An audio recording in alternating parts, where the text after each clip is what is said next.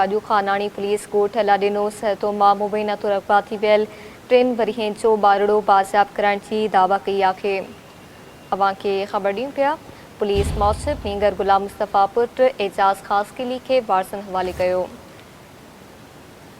Raju खानानी police court हला ॾिनो सिहतो मां मुबैना तो रक़बा थी वियल 3 वरियनि जो ॿारड़ो बाज़ियाब करण जी दावा कई आहे। अवां खे ख़बर ॾियूं पिया पुलिस मौसिफ़ नींगर गुलाम मुस्तफ़ा पुट एजाज़ ख़ासकिली के वारसनि हवाले कयो आहे।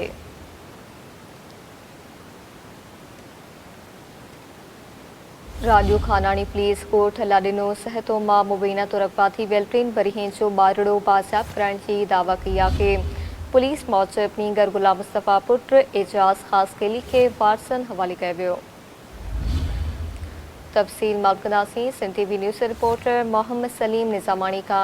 जी मोहम्मद सलीम, ॿारड़ो बाज़ियाब थियो आहे, कहिड़ा अपडेट्स आहिनि?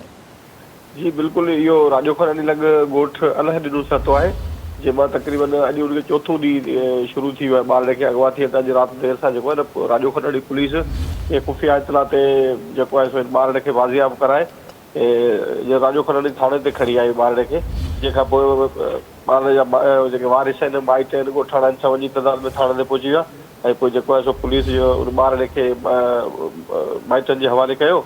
ऐं जॾहिं पुलिस खां वाक़ई जा तफ़सील पुछिया विया त ॿार किथां तव्हांखे बाज़ियाब थियो, जेके ॿार जा अॻवाकार हुआ उन्हनि बाबति तफ़सील ॿुधायो त पुलिस चयो त फ़िलहालु असां उन्हनि बाबति जेके तफ़सील आहिनि उहे ज़ाहिर नथा करे सघूं।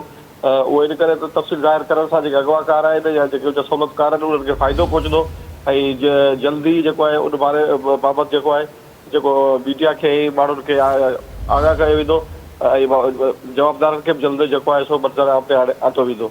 जी महिरबानी अवां जी सलीम आगाह करण लाइ।